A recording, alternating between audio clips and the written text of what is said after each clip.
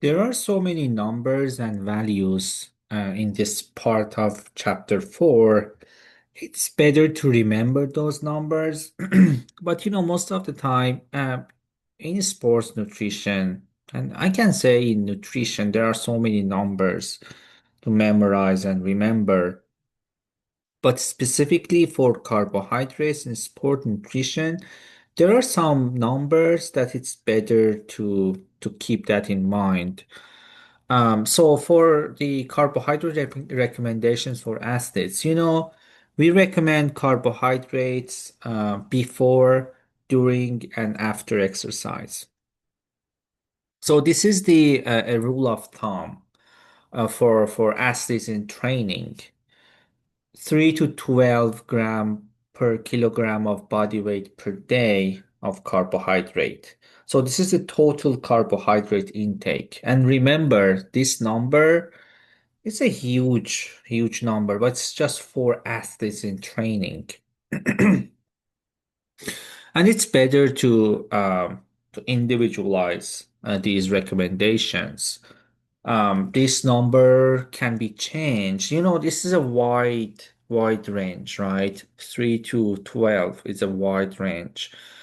Um, the exact number we need to choose from this range can be depend on type of the exercise, whether it's endurance or power, duration of exercise, short or long, intensity, low intensity or high intensity. The body size of athletes plays a crucial role in the carbohydrate recommendations. The gender and the amount of dietary proteins and fats can also play a role here. So this recommendation, 3 to 12 gram per kilogram of body weight, must be fine-tuned to meet individual needs based on different factors. The depletion of muscle glycogen is similar between these two different types and duration of physical activity. So the recommendation can be same. Intermittent high intensity exercise lasting 1 to 10 minutes, and the prolonged moderate intensity exercise. So these are similar in terms of the depletion of muscle glycogen. So here we have a table. This table is from your textbook, and it categorized the daily carbohydrate recommendation based on the exercise intensity and duration. So let's talk about this in detail. So please play with me in this table. For low intensity or short duration skill-based activities like shooting, archery, curling, the recommendation is 3 to 5 gram per kilogram. In low intensity and long duration, like golf, baseball, and softball, it's 5 to 7 gram per kilogram of body weight. In moderate intensity and moderate duration, it's 6 to 8 gram. For instance, 10-kilometer running.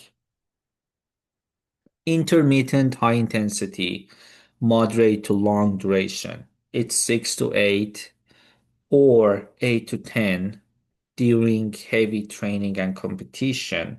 We have soccer, like football, basketball, ice hockey, and etc. In moderate to high intensity and long duration, it's 6 to 10.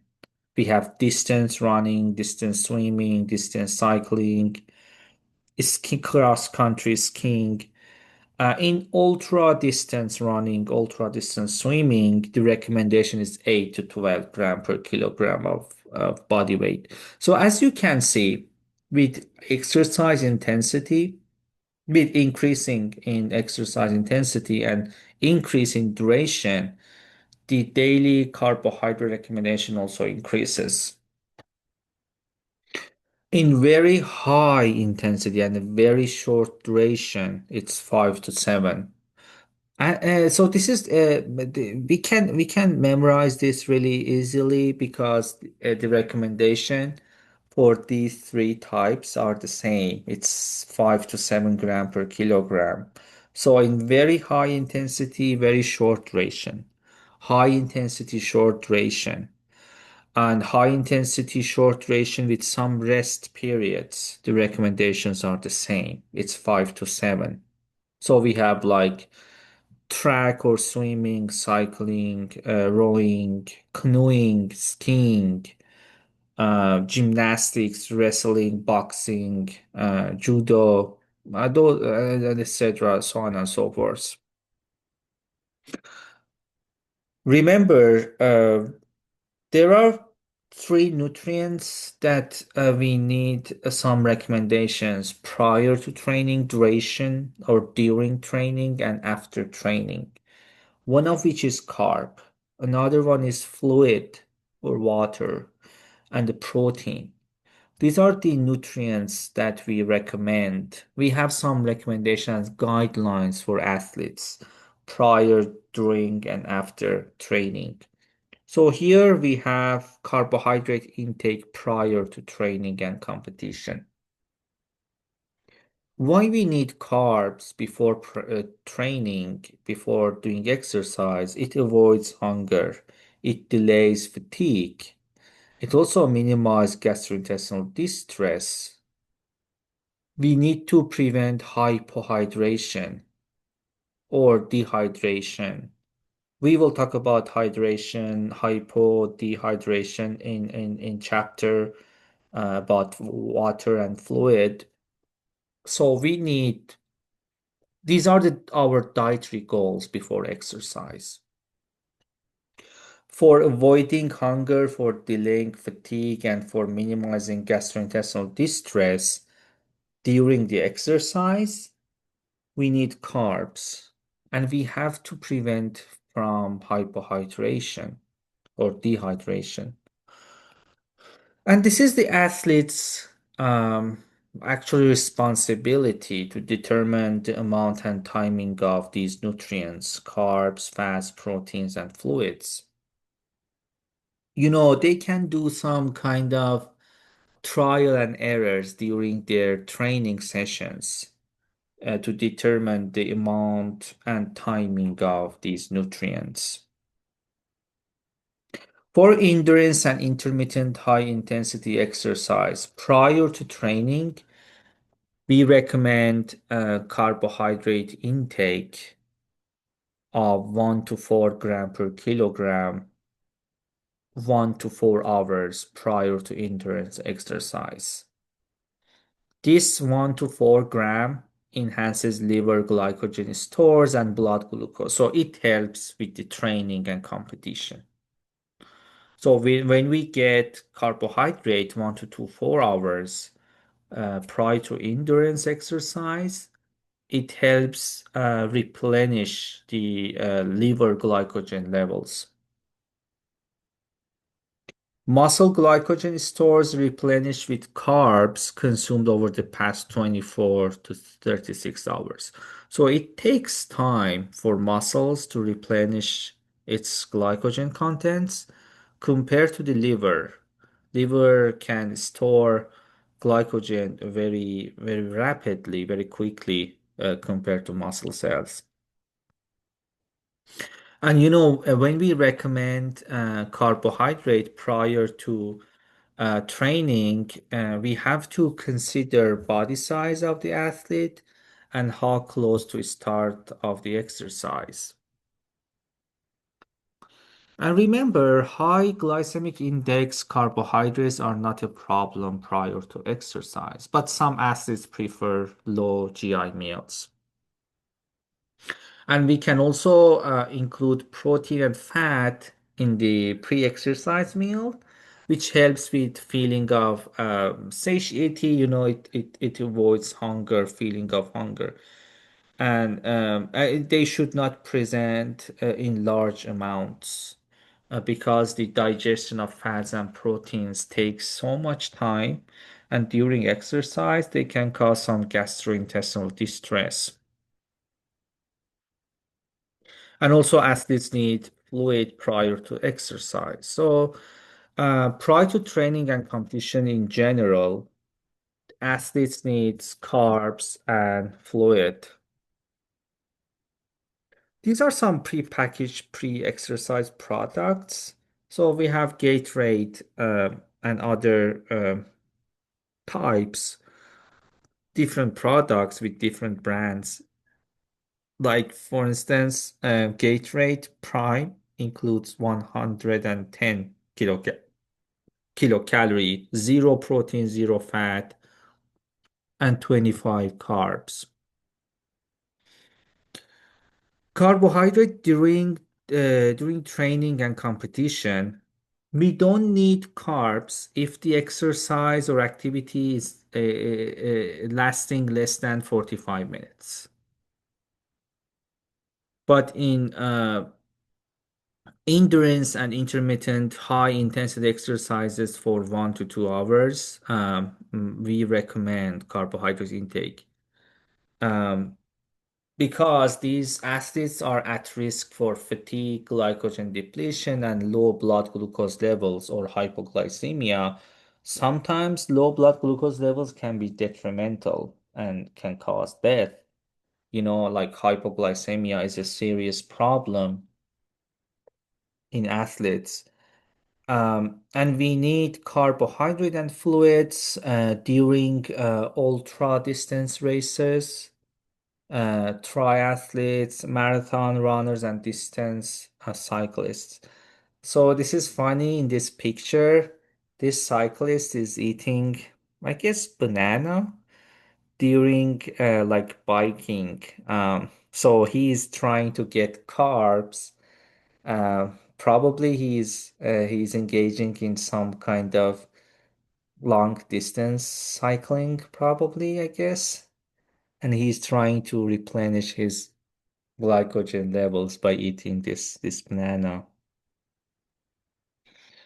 Many athletes consume sports drinks, and different sports drinks contain 6 to 8% carbs. A high carbohydrate diet on a regular basis and during exercise. It increases the number and size of the SGLT transporters. SGLT transporters are in our small intestine. SGLT is involved in transporting glucose and galactose from lumen to inside of the small intestine cells. So with increase in number and size of these transporters, our body increases its ability to absorb glucose. So in the long run, if we get high carbohydrate diet on a regular basis, we increase our tolerance of consuming carbohydrate-rich meals. So by doing this, we kind of decreasing the likelihood of developing some kind of gastrointestinal distress because of eating carbs during exercise. Some athletes rinse their mouth with a carbohydrate solution without consuming it. So they just rinse their mouth.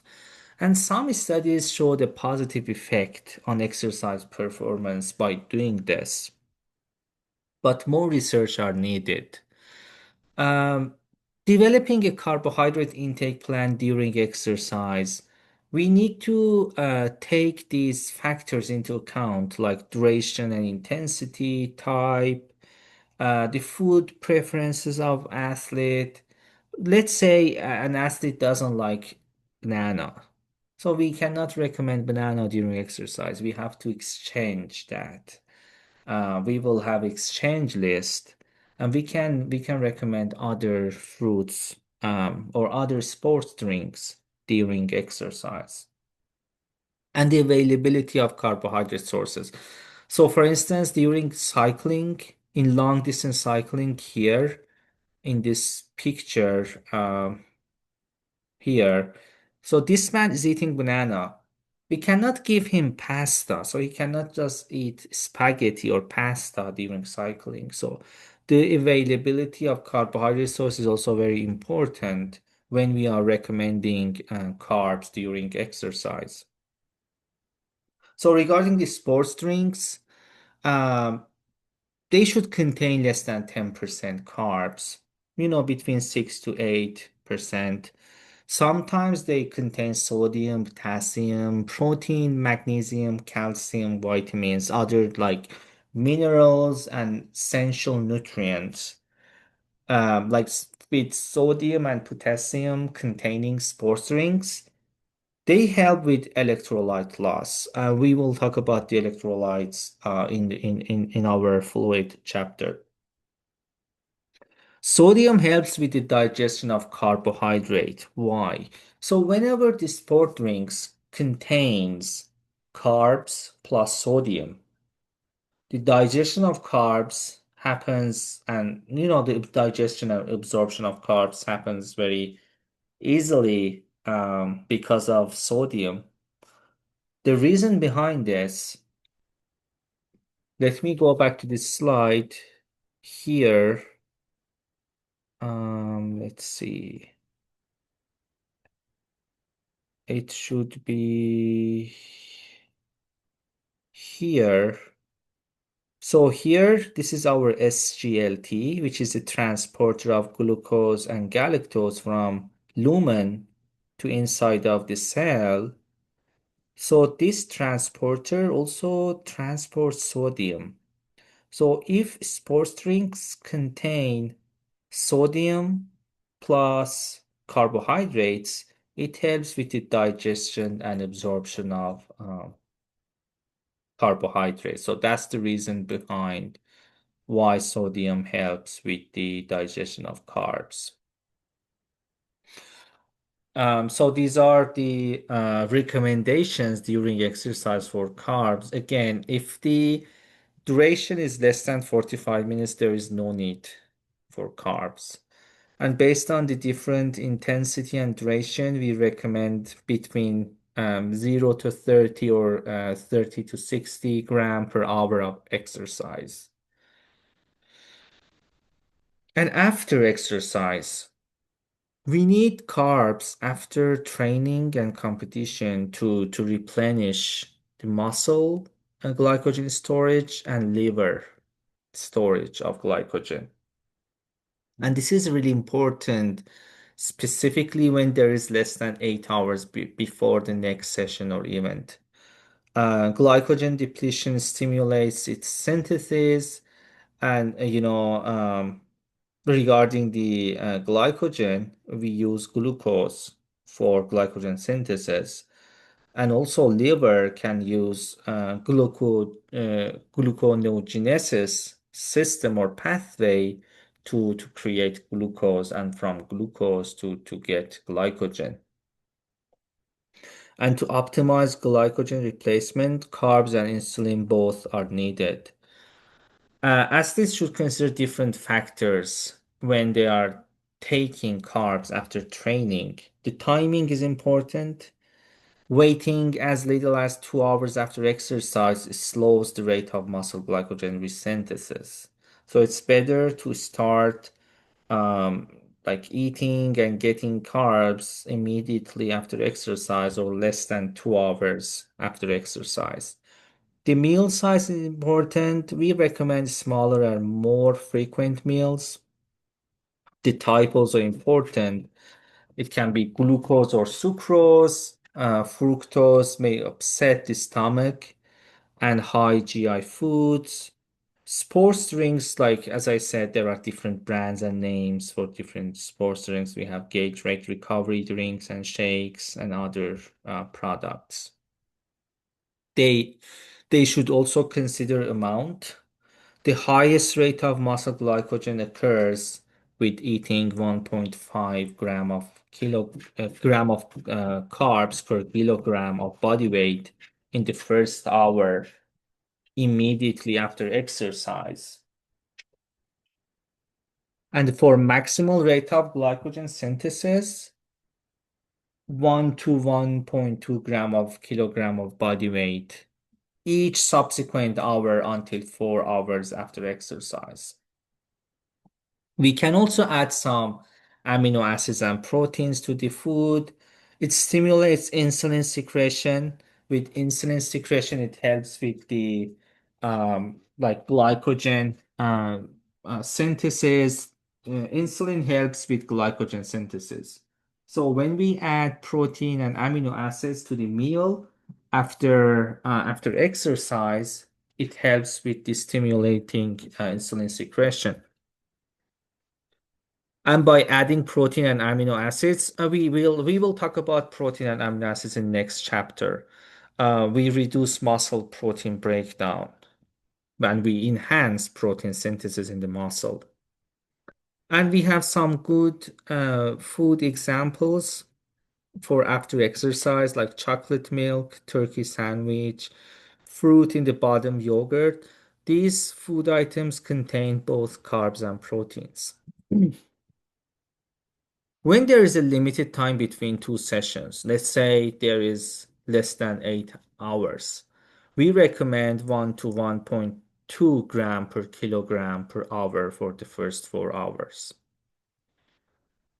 We have carbohydrate loading. You might have heard of this term. When we say carbohydrate loading, it also referred to as carbohydrate supercompensation. It is a diet. So carbohydrate loading is a diet and exercise protocol used to attain maximum glycogen stores before an important contest. For endurance and ultra endurance athletes who perform 90 minutes or more of a continuous exercise and bodybuilders, as we can see from this picture, we have a few bodybuilders, and this is contest. So in order to depict their body, like to say, "Wow, my body is in a shape," sometimes these athletes follow carbohydrate loading protocol. This protocol, also called as Sherman's method, it's 7 days prior to competition. So this protocol, which is a combination of diet and exercise protocol called carbohydrate loading, it happens within 7 days prior to competition. In the first 3 days, we call it depletion stage. So the athletes try to deplete their glycogen stores. First day of 90 minutes of exercise, 2 days of hard training for 40 minutes, and they follow low carb diet for 3 days. And in the last 3 days, so they rest between these two stages. The first stage is the first 3 days prior to competition. It's called depletion stage. And the last 3 days, it's called repletion stage.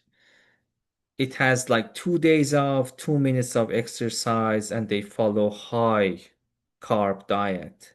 It's 10 gram per kilogram per day. So they try to replenish their glycogen storage.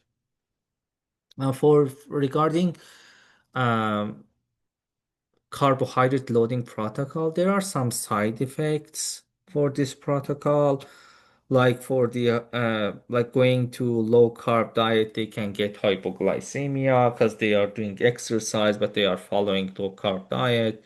And in high carb diet, they can get some gastrointestinal distress. There are some side effects and adverse effects. Regarding the fiber, athletes might fall short of meeting fiber recommendations. The average fiber intake of US adults is 17 gram, which is really, really below the recommendations. Um, Here is our recommendation, and in general population, and this recommendation is not different from an average person to an athlete. So for men and women based on their ages, it's 38 or 30 gram per day for men and 25 gram and 21 gram per day based on their age. So this is the DRI for fiber. And remember, there is no tolerable upper intake level for fiber. There is no tolerable upper intake level for carbs.